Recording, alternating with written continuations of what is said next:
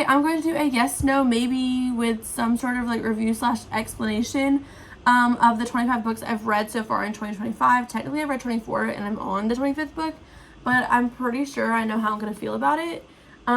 Is the Charlie Method. So, also my reading, I've noticed going through all this and kind of my ratings and stuff, a lot of that has changed, and I'll probably talk about that a lot too, like from when I first started getting heavily into reading, how my ratings were, and the way that I rate things now, the way my reading preferences have just kind of changed a little bit, and that maybe the same book that I would have, if I would have read it earlier in my reading journey, I probably would have rated higher or been less critical. I think I've become a lot more critical of books, and I'm happy about that. I think it's just like a normal progression. But that's another reason I've kind of like backed up from a lot of TikTok and stuff, because I hate seeing S.J. Moss and Fourth Wing all the freaking time. There are other books. Like, there are other romantasy books. Like, even Zodiac Academy doesn't get as much, like, love as these two series. And I'm like, stop, please. Anyway, so if you are an S.J. Moss fan or you love Fourth Wing, you are in the wrong place. Because I DNF'd Fourth Wing 5 pages in, and I will never read an S.J. Moss book. So, moving on. In 2025, I have read The Boy in the Striped Pajamas. I would say no, the movie's better. And I rated it 3.25 stars, just mainly because of content, but the actual writing and stuff, it wasn't that great. The movie did every part of it better, and I just didn't like the writing in general of that book. 3.25 stars, honestly, probably a little generous. It was just the first book I read this year. The Sword of Kaigen, no notes, 5 stars. Absolutely love that book. Will recommend it to anyone. I think any type of reader, if you read fantasy, if you don't, like, it doesn't matter. Any type of reader, I think, would enjoy this book. I just 100% loved it. Like, that's the only thoughts I have on that book. Next, a giant ass water bottle, because I literally feel like I'm burning up, but I don't have a fever. I don't think I have a fever. Maybe it's a sweater. Maybe I can't breathe. I mean, I don't know. Like, I'm also in long pants. I'm gonna go turn on the air. For some reason, the freaking heat was on. It's 75 degrees in here. That could be part of it. Anyway, next I read The Ruthless Boys of Zodiac. I would say maybe. I'm gonna post a different video, hopefully soon, of the whole reading order that I suggest for Zodiac Academy. I don't think that you should read Ruthless Boys after book 3. I think it kind of takes you out of it, and I think you should read it closer to like book 5. But Ruthless Boys of Zodiac, if you want some more context, especially before book 7, on some of the background of the characters that are in that book, I would say yes. Also, if you don't like reverse harem, then also no, because it is a reverse harem. It is 1 girl, 3 guys. So keep that in mind when you're reading it. And then I read Darkmoor Penitentiary, which is the same thing. It's a little bit darker than Ruthless Boys of Zodiac, but it's not dark. It's just a darker setting, and the people are like darker people, as in like they like have unalived people, but like there's nothing, like, I wouldn't consider it a dark romance. I think it's like considered a dark romance, but I don't consider it one. I think technically all of Zodiac Academy and the whole series is considered dark romance, but to me, like, that's not really dark romance. I don't know how to describe it, but to me it's just not very dark romance. It's just romantasy, fae, shifter, elemental magic. But I think I liked, let me see. I think I liked Darkmoor Penitentiary a little bit better than I liked Ruthless Boys. I think that Ruthless Boys could have been 4 books instead of 5, and the books are really long, and in Darkmoor Penitentiary especially, but in both, they're like these dire situations and they're just doing it. Like, a big premise of the whole Darkmoor Penitentiary, I don't think this is a spoiler, is they're trying to break out of prison. So while they're attempting to do this kind of thing, they're obviously like gonna be pressures of like time constraints and things that need to be figured out and all that kind of stuff, and they're like, oh, here's an empty room, let's just do it. like all of us, all 4 of us right now. Like, why? What makes me have time? Or it'll be like 2 of them will just go and do it. You're just like, you know that you're trying to escape from prison, right? Like, what are you doing? So I don't know. That was a little annoying, and I honestly only rated them so high in context of Zodiac Academy, and because I liked some of the characters from Zodiac Academy, and anything that adds to that world, I probably wouldn't rate very low. But it wasn't my favorite, and I prefer the actual Zodiac Academy series better. But I do think this series adds to it if you like want more from those characters and stuff. So it's kind of like, I don't know, a maybe. Also, if you haven't read Zodiac Academy or you don't care to ever read Zodiac Academy, then obviously both those would be a no. Since one's a prequel and one's like afterwards. So anyway, also speaking of Zodiac Academy, I also read The Awakening as Told by the Boys because I had skipped it when I did my original read of Zodiac Academy, because everyone said like, oh, you can skip it, it doesn't matter, you're not missing anything, and that's what I saw on Reddit and TikTok and stuff, and I really disagree. I do wish that I would have read it either after book 1, or even though I probably wouldn't have read it after book 1, but a lot of people suggest I think after like book 5 or 6. I'll have to check, but I really do wish I read it before the end of the series, because it reading it after you've read everything else is very unsatisfying, because it's just a retelling of the other POV of the first book. To me, I think it gives a lot of insight onto the boys and like what's going on with them and stuff. So I think I liked it, but that's just me. I think that it should not be skipped. And then I also read Foxy Tales, which is like bonus chapters, I think, of the first like 4 books. Honestly, that was my least favorite thing that I think I've read of the entire series. I usually love the novellas, I love bonus chapters, all that kind of stuff, but for some reason, and I would have bought Foxy Tales anyway, because it's, you know, it's a charity thing, it like saves foxes in like the UK or something, I don't remember, but I just didn't like, it felt very repetitive. I don't know if it was like the stories have already been told before, or like literally like word for word, or if we just were able to get so much of a sense of them, like you already knew how they felt, because these are like scenes that were revisited throughout the series because they were like important to the relationships and to like the story and everything.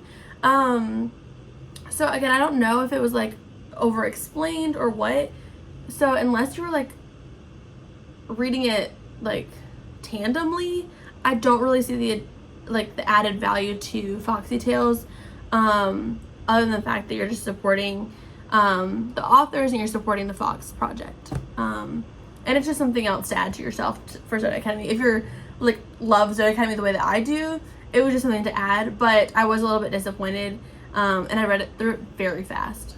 So then I was completely done with Zodiac Academy, all those series I finished.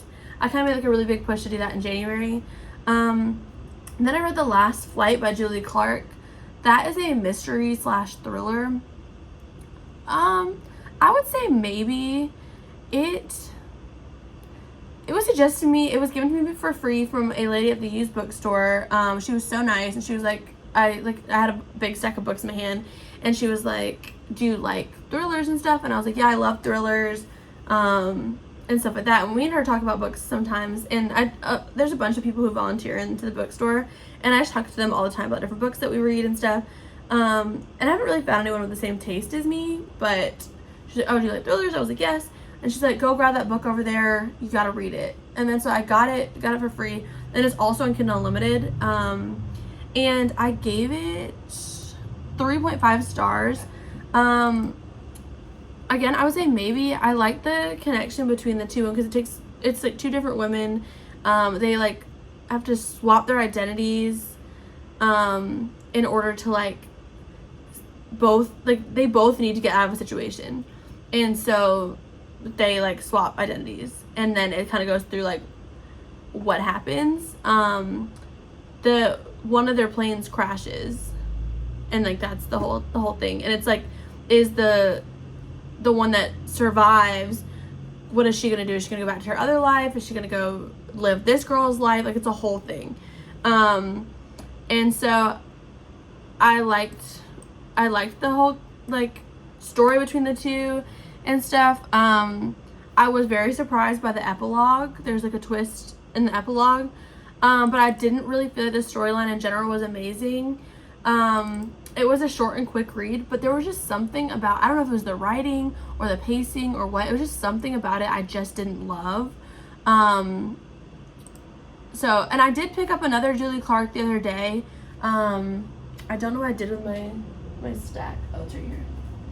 I was at the Same Used Bookstore the other day, and they had 2 copies of this, and I grabbed one.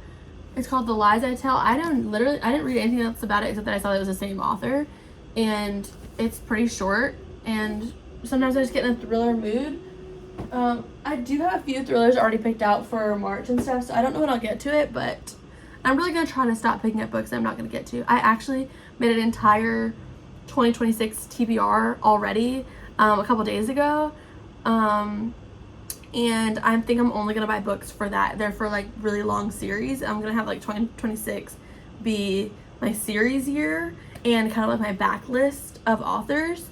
So I've already made my 2026 TBR, and I'm literally just going to buy books only to meet those goals. I think from the rest of the year, outside of buying my Zodiac Academy books, which I am trying to buy before they all go out of print.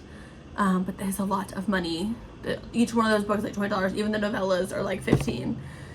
So it's taking me a while to collect all of them in the right covers, because I'm gonna have to collect them in the other covers and then the next covers. It's a whole thing.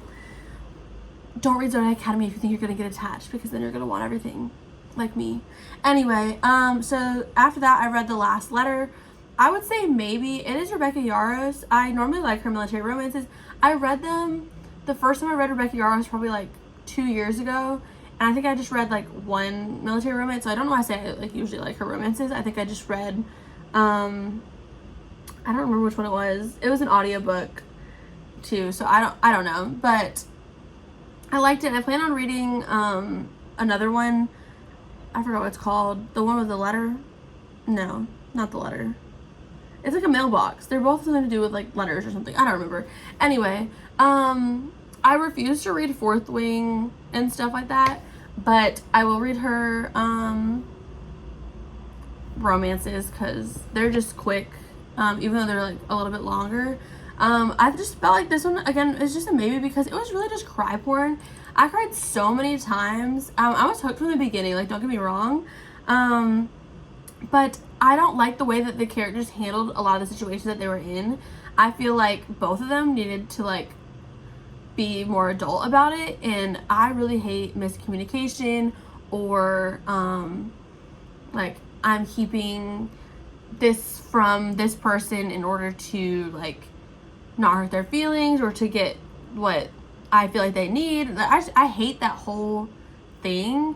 And also, these characters are fictional. You don't have to do this much to them, you know? Like, a couple of things was enough, but it was like thing after thing after thing. It was just devastating for, like, just to make me cry. I mean, success if that was your goal, but, like, and it was a romance, but I don't know. I would say maybe. Next is, hold on. Why does drinking water make me feel more thirsty? What are they doing? I drink bottled water, and then I pour it into this, because I only drink, like, filtered water. I used to drink from the tap, where I used to live, but here the water's disgusting from the tap. So, I don't know if it's, like, city water or what the difference is. I don't know. I just don't like it. Anyway, next I read The Fifth Season by N.K. Jemisin. I am gonna say probably, because I don't think that I gave it a full, fair assessment. I don't think that I was in the right mindset to read a fantasy when I started it, which kind of shows throughout what I read for the next few books. But I felt like I was kind of gonna go into a reading slump soon. I was just getting that feeling, and the book was just a little bit confusing to me. I could easily explain to you, well, not easily, but I could, for you to understand, but I would know what I was saying. I could explain the caste system and the magic system, but at the same time, those two things were so confusing to me. A lot of people say, like, just read it, she's smarter than you, like, get over it, and that's true, she is, N.K. Jemisin. She 100% is. I just felt like I wasn't smart enough to read the book. I have heard some of her other writing in her other series is a little bit more accessible for like newer people who are new to fantasy. I'm not new to fantasy. I've read a lot of fantasy like growing up and stuff, but if you've only read like, say like romantasy, that's not the same thing. There are some romantasies that have a lot more world building than others, to kind of like help prepare you if that's like what you're into. But don't go into like the 5th season and pretty much anything I think that Orbit has thinking it's like gonna be a like romantasy. There's no, like, I didn't go into this wanting a romance, so nothing, like none of the expectations weren't met. It was just, it was so hyped. I don't know if it was just like underwhelming for me because it was so hyped or just kind of what it was, but I just felt like I was dumb reading it, and I really hate feeling dumb when I'm reading a book. So I gave it 3.75 stars, which is usually a maybe rating for me. But I would like to continue this series, and now that I'm in more of like a better mood, I guess. I also don't think that I was in a very good mood going into the 5th season. And I think the more I felt dumb, the more in a bad mood I got. And so I'm willing to try again at some point to go to the second book and the third book. I did like get 40 pages in the second book, and I was like, I can't do this anymore. So I literally just closed it and put it away and just went straight into thrillers. But I don't know, I wish that I had liked it more. I was disappointed in myself. And also, let's see how many days it took me to get through. So it was 468 pages, and it took me 4 days to get through. And for me, that's a long time, it feels like, for that book. It was, especially since it was through Kindle Unlimited. Also, I had started the series thinking that the entire series was on Kindle Unlimited, when only the first book is. The other two are in paperback, which I luckily own, but I'm just pausing the series for now. Next, I went into Razorblade Tears. I freaking loved that book. It pulled me out. Whatever slump I thought I was getting into, it pulled me right out. I rated it 4.5 stars. I would say 100% yes. Read it. The author just did a great job making the people who, like the characters who were dead, because it's about 2 ex-cons have sons who are married, and then they get murdered. And they kind of go through, like, the police aren't helping and stuff, and so they, like, are gonna figure it out themselves. And it was just great, and you really felt like those 2 guys, the 2 men that were dead, were characters as well in the story, even though they were never, like, spoken to. But you really, like, felt like you got a sense of, like, some of the struggles that they had with their fathers and stuff. It was just amazing. I really loved it. And S.A. Cosby, this is the first S.A. Cosby book I read. His descriptive imagery is just amazing, and I saw that when I read All the Sinners Bleed next, which is also a yes. I read that one 5 stars. I think that, well, first of all, the beginning already had me hooked. And that visual imagery is just amazing. Like, you could literally see it in your mind. And in this one, there was also a lot of pop culture references to help with that imagery and, like, just to get a whole sense of everything, and I really loved it. I think in both books there were some great quotes, great observations, and then I even said for All the Sinners Bleed, I said, is this what they mean by great prose? Because I don't know what prose means. Like, I'm not a very smart person, but, like, I'm not smart, but I like to think that I am. But this is, like, if you say prose, like, this is not what I think of when I hear that, is All the Sinners Bleed, because the writing was just amazing. 5 stars. Same thing in The Sword of Kaigen. I also would agree, like, just the writing is amazing. Like, if you're making me feel something like this, and not like The Last Letter making me feel something by just making me cry because it's something that's sad, but like actually like making me think and making me feel these things, I just absolutely love it. Another great one is The Weight of Blood by Tiffany D. Jackson. This is, again, not my first Tiffany D. Jackson book. I read Monday's Not Coming, I think it was last year. I rated that 5 stars. The Weight of Blood, I rated 4.25 stars. It's a Carrie retelling, but I would say 100% yes, and I do plan on reading either this month or next month Carrie, the original, by Stephen King, to even get even more context, and it's pretty short too. And I don't know if to you, but that writing looks really big to me. And I thought this book was bigger. I really did. But it just talks about racial segregation, like still happening like in rural southern towns today. And it was like talking about Georgia, and I'm from Georgia, and just knowing that stuff was happening in 2014, like it's just crazy to me. And like I even found like an article that talks about it happening in 2014 in rural towns of a white prom and a black prom. And it was like the black prom was like anybody of color or like that wasn't the cool people basically, that wasn't white. And it just was really good. I really loved it. It had me thinking. I did it 4.25 and then I pushed it to 5 because I was thinking about it a lot. But when I compared them in my head of like which I liked more, I think Monday's Not Coming just kind of stuck with me more because I think about that like all the time. Like it just comes up in conversation a lot for me. It reminded me of certain cases. But both of them I just think are really important works, and I loved it, and I love her writing. Absolutely love Tiffany D. Jackson's writing, and I will continue to read some of her backlog. She's on my list this year, or for next year, to get through her backlog. I think that was the only one I had on my list for the TBR for this year, but I will definitely be adding her books moving forward. Promise Boys by Nick Brooks, I would say maybe. I was a little bit disappointed because I only saw this like a year or two ago. I saw it on TikTok, I think, and I had added it to my list. It's been on my list for a while. I had picked it up about a year ago at a used bookstore, and I was so excited to read it. I found out that it was like Kindle Unlimited. I think I got a re-release, because I also saw, after I read it, I saw some of the TikTokers that I follow had gotten a like a special, like a copy sent to them and stuff, with the cover that's on Kindle Unlimited. So I was like, because it didn't used to be on Kindle Unlimited, so I don't know when it was added, but I read it through Kindle Unlimited because my copy's packed away since we moved. But I thought it was a very quick read. It was a YA, but I think it was a little bit, even though it's high schoolers, I think it was written a little bit younger YA than I would have liked, I think.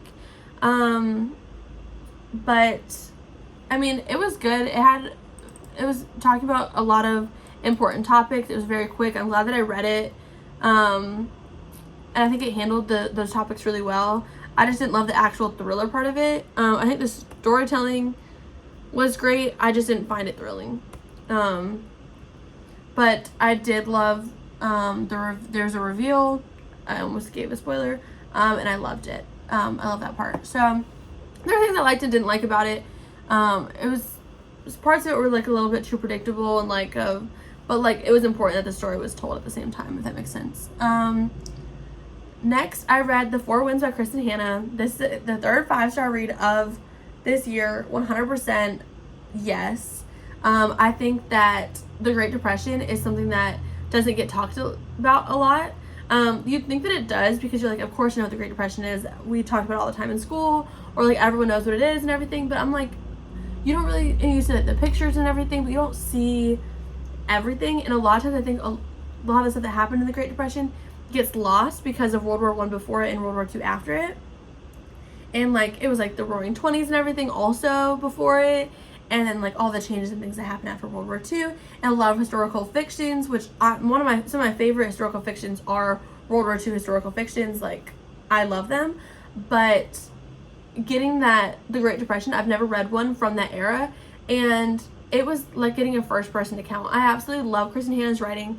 I enjoy her historical fictions more. I purposely have not read The Nightingale or The Great Alone yet, in the women yet, because I was trying to get through some of her other backlog first, because most people say like if you want to read all of Kristen Hanna, you should start from the beginning of her books, because she started off by writing like romances and then kind of like moved into domestic fiction and stuff like that, and like her writing gets better like as she progresses. Her top 3 most famous and highest rated books are her most recent 3, which is The Great Alone, The Nightingale, and The Women, and I think that's for a reason. So I purposely like tried to read beforehand so that I'm not comparing her works. I also don't usually like to read them back to back because I also don't want to compare the writing and stuff. I like to have some other stuff, but I do plan on reading I plan on reading The Great Alone after I finish this book today. I plan on getting into The Great Alone, And then that one is only, I only have a paperback for that, so I'll have to get in something else for my Kindle book, but I haven't decided yet, because this I'm reading between my Kindle and my paperback. So anyway, The Four Winds, yes, 100%. You have, like, it's a must read. I've read, I think, 4 or 5 of Kristen Hanna books so far, and I've only rated 2 of them 5 stars, and that is Winter Garden, which is one of my favorite reads I've ever read in my life. I really need to read it again, because the start's like a little bit slow and everything, and like a lot of people think it like will DNF it, and that's just such a big mistake, because I love that book so much.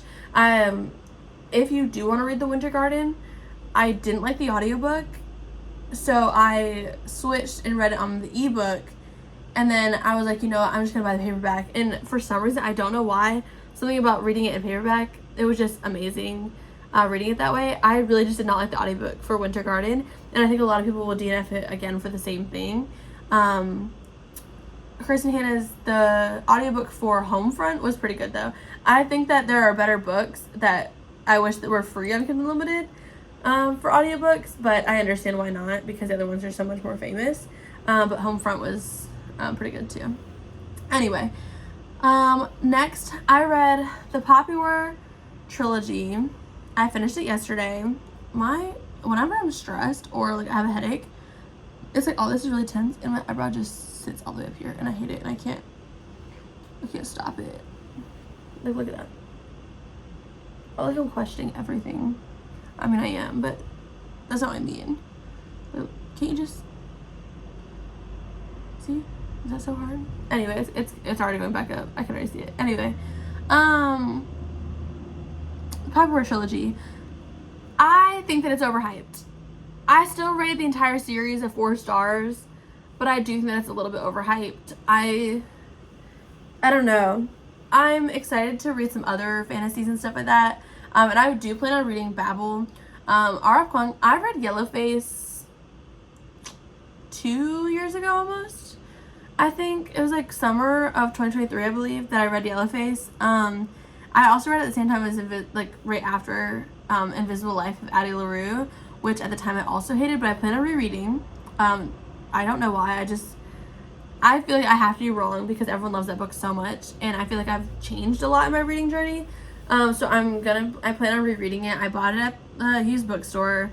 I'm gonna try it again. But Yellowface, I don't think I'm gonna try again. I don't even own a copy actually. I actually like the hardcover copy, because I really like that when you take off the yellow dust jacket, it has the white underneath. I think it's very clever. But I didn't like Yellowface at all. I didn't like it's not that I didn't like it at all. I think when I originally gave it a rating, I was very fair to it, and I think I liked it, like, in my actual review. I think I was fair to all the different parts of it. But one thing that I've thought about the entire time, and I think I said at the time too, I don't remember, but is you can have a good message without being a good book. And I feel like I find that a lot in a lot of books the more I read, is like, you had the right message, you had the right idea, but I also don't like unredeemable characters. And you might think that, like, Poppy War and stuff, like, based on the reviews, that would be the case with Poppy War too, but it's not. Like, I don't mean it in the same way. There's a difference between, like, the Poppy War trilogy, unredeemable characters, which I don't feel like they're unredeemable characters. I think that they have a lot, they have reasons and stuff they did every single thing, and they have their own justifications and stuff like that, and it's not, no one's supposed to be great, it's a war, like all that kind of stuff. In Yellowface, she's just a bitch. She just completely uses, like, she steals the works of her dead Asian friend, and then whitewashes everything in the media, and then, like, profits off of it, lies about her name to make it sound more Asian, and it's just like, there's not one good thing about the character, and it's a first-person POV. I'm pretty sure. I'm like 98% sure it was a first-person POV. If it wasn't, I apologize, but when I read it, I'm pretty sure that it was. And I don't want a first-person POV of someone that was completely unlikable and unredeemable in any way. I don't know. It was just like a book that you were like, you suck. Like, I don't want to read a book about someone who sucks the entire time. That wasn't a very enjoyable experience for me. Do I think it was a good message? Yes. Do I think people should read it? Probably. Would I ever read it again? No. Would I recommend it to somebody? Probably not. There's probably other books that have a similar message, or you could just tell people, not to do that. So when I say unredeemable, I don't mean it the same way I mean it in Yellowface. I think that I'm glad that I gave the author another try, because I have been really excited to read the Poppy War trilogy. And I'm glad that I did. Like I said, I rated it 4 stars as a series as a whole. I rated the first book 4.25 stars. I rated The Burning God 4 stars. And I rated Poppy War 4.25 stars. The Dragon Republic, which is the second book, 4 stars. And then I rated The Burning God, the third book, 3.75 stars. I thought I liked the last book the best, but I really didn't. I think by the end, I was a little bit annoyed with the main character. I wish that I am totally fine with third person. I don't need first person POVs and everything. Do I love the first persons? Yes. Do I understand that a lot of people don't? Also, yes. My brother's one of those people that just hates first person, and I'm someone who loves first person POVs. But if you're doing third person close, which is basically first person, because all you're saying is she instead of I. But my brother said that when they say I, it just takes them out of the the story. So that's understandable for some people. Not to me, because I'm still not picturing as me. I'm still picturing as them. Because it's not like it's second person. But I wish it was third person close that changes perspectives. And I was talking to my brother about that too. I said that he'd probably like this story a lot. But he was saying the same thing, that he also likes it when it switches people. So that way you're getting a third person view, but of the other people. I'm reading Stephen King's It right now, and you're getting third person. The entire book is third person, but it's still focusing on the different people. It's not what's the one, Omniscient, when it's seeing everything at the same time. It's still close third person, but you're getting the thoughts and feelings of the other people in the story. And I really feel like that was missing in Poppy War. I've actually haven't watched any reviews other than the ones that say you need to read these fantasy series. I've never watched a review of Poppy War, and now because of the special edition, if you look up Poppy War on TikTok, that's all that comes up is the freaking special edition. So I don't know. I know that people have problems with Poppy War, but I don't know what they are. I know what my problems were, but I don't know. It was also considered grimdark, and if that's grimdark, it wasn't that dark to me. I don't know if this is an unpopular opinion because I don't know what other people are saying, but did everyone pretty much die? Yes. Was no one good? Probably not. But at the same time, I didn't feel like it was dark. I didn't cry once. I wasn't was I upset by some things and shocked by a few things? Yes. Because you get to know these characters.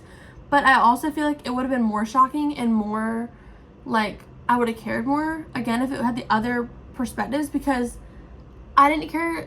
It feels bad. I cared a lot about Rin in the first book and probably the majority of the second book, but I just didn't care as much near the end. If I would have had more of the other characters, I think I would have cared a lot more, but it was just her thoughts and feelings. Also, there were a lot of unanswered questions for me at the end of Dragon Republic.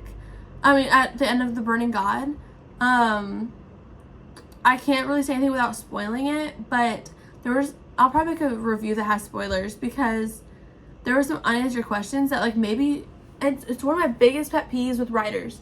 Just because you don't want the characters to know doesn't mean I don't want to know. I don't read Colleen Hoover really anymore. I did read her when I first started reading heavily and everything.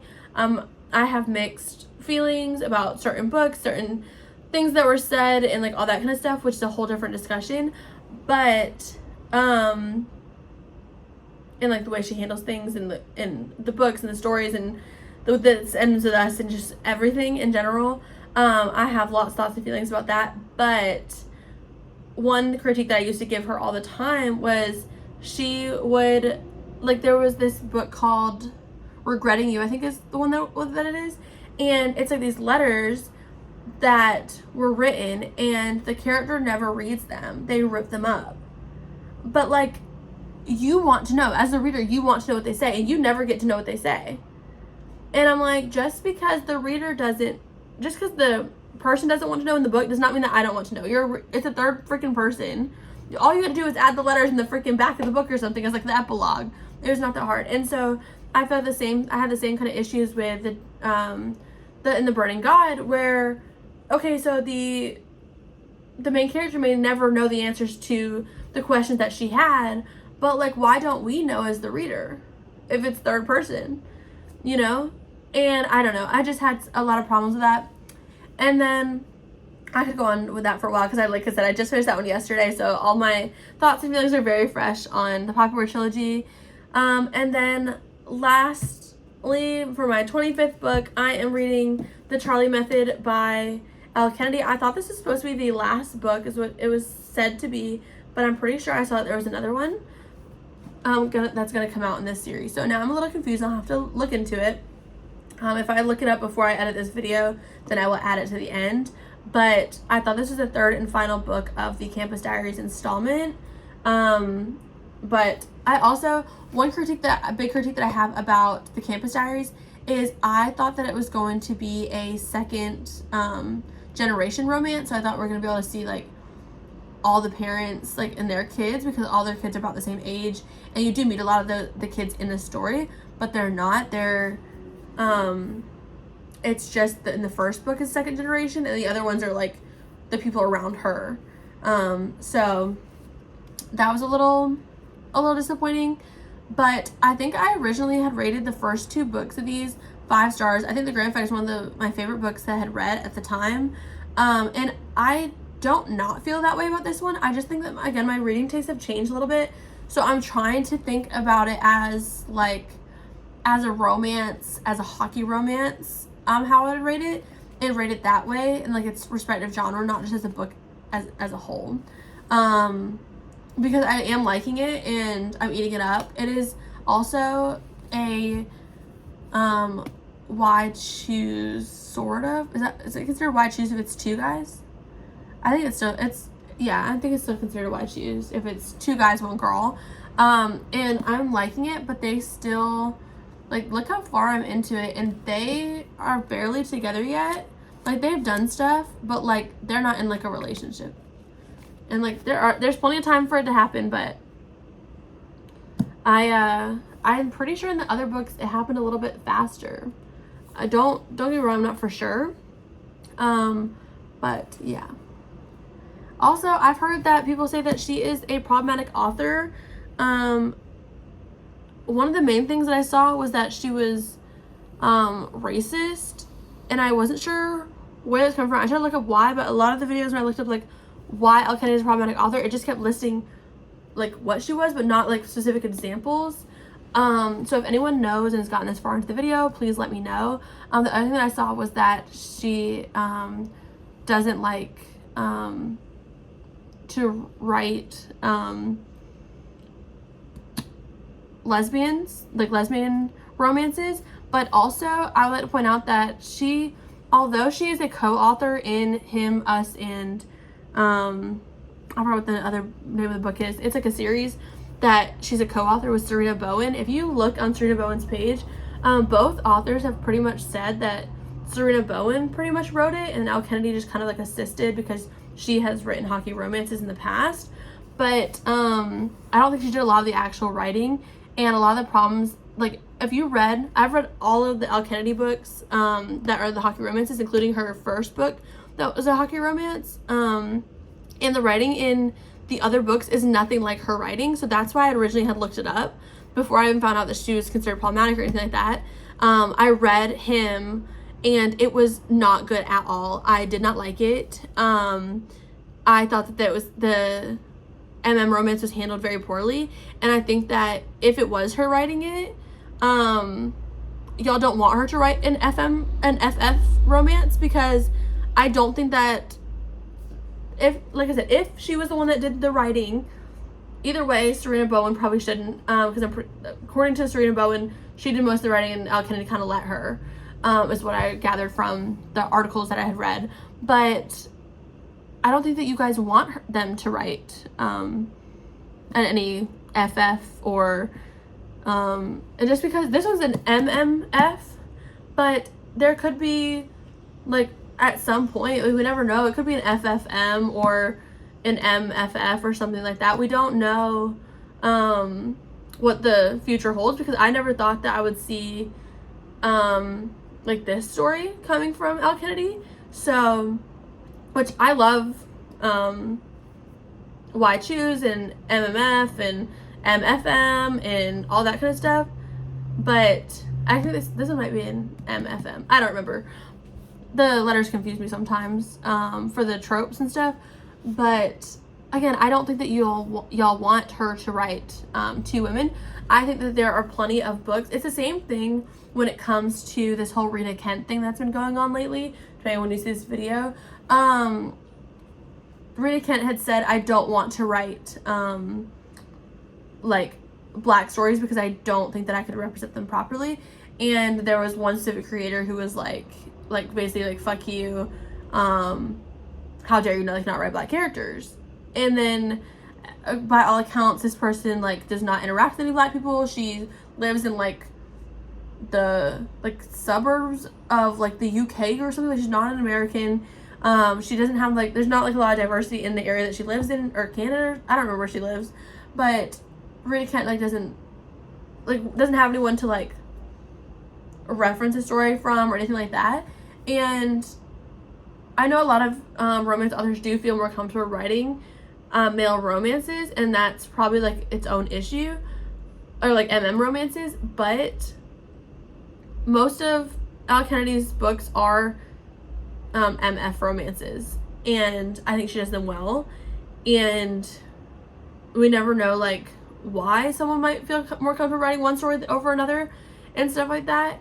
I don't know if she's said anything about it. I have no idea when it cut off. My storage had said I had too much storage because I guess I was talking too long. But I'll have to go through all my videos and do that, because a lot of times I'll record a really long video and then I will like change it, or I will. Does this look weird? Did this look like this the whole time? It feels zoomed out. I don't know, it looks weird to me. But yeah, I will record a lot of videos and I just will never post them. The whole point was just to record and post, that way I could delete them. That's why I mainly do the posting and stuff. But I didn't do that, so I'll have to do that. I'll have to work on that. I have to figure out what I'm doing on my YouTube channel. But yeah, basically, we don't need every author to do everything. It's okay if they don't. If there's actual like she said something, or there's something in her books that have said like that have been against like lesbian relationships, let me know. Like, I would love to know. I always like to know more about the authors that I'm reading, because I have read so much from this author, and like I recommend this author a lot, so I never like to do that unless I know a lot about them. And I just recently, I never actually heard any controversy about this author until there was like someone was like, oh, we're still recommending problematic authors, and it just like flashed a bunch of names, and I happened to see Elle Kennedy as one of them, but I also had Brandon Sanderson as one of them, and I haven't heard any controversy about him either. I've seen so many like top creators who usually care a lot about controversy not reading problematic authors and stuff, still reading Brandon Sanderson. So same thing with Elle Kennedy. So I would like to know more information. I always will accept information, because you know, if you're informed, you can choose what to do with it, and that's what I would like to do. Otherwise, I'm gonna just keep reading, and I don't want to be like that person. So, yeah, pretty much that was a really long video of the 25 books that I have read or am reading so far in 2025. I'll probably do another update like this, like a long video when I read another 25, which is about a month and some change. 2 months and some change probably, depending on how fast I read. These books are all pretty long. I've read like, I don't even know. I actually have stats. Let's see. Last month I read 3,466 pages. January I read 7,372 pages. And so far in March I've read 640 pages. And plus whatever this is, which doesn't count until I finish it. So, yeah.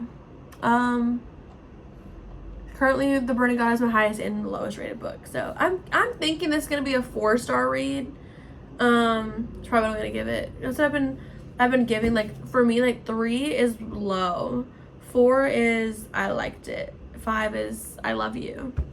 That's kind of how my rating goes. It kind of changes, but to my mood. But I think I've gotten a pretty good grasp lately on what my ratings are, what they mean, and how to use them to say exactly what I want to say, especially with the 0.25 ratings. So anyway, sorry this video was so long. If you watch the entire thing, good for you, because I'll probably not rewatch it to even edit it, so we'll see. If there's pictures up here for the books that I said, then I edited, I can never say that freaking word, I hate that word, but I did it. If it's not, then I didn't, and it was just my voice. Thanks.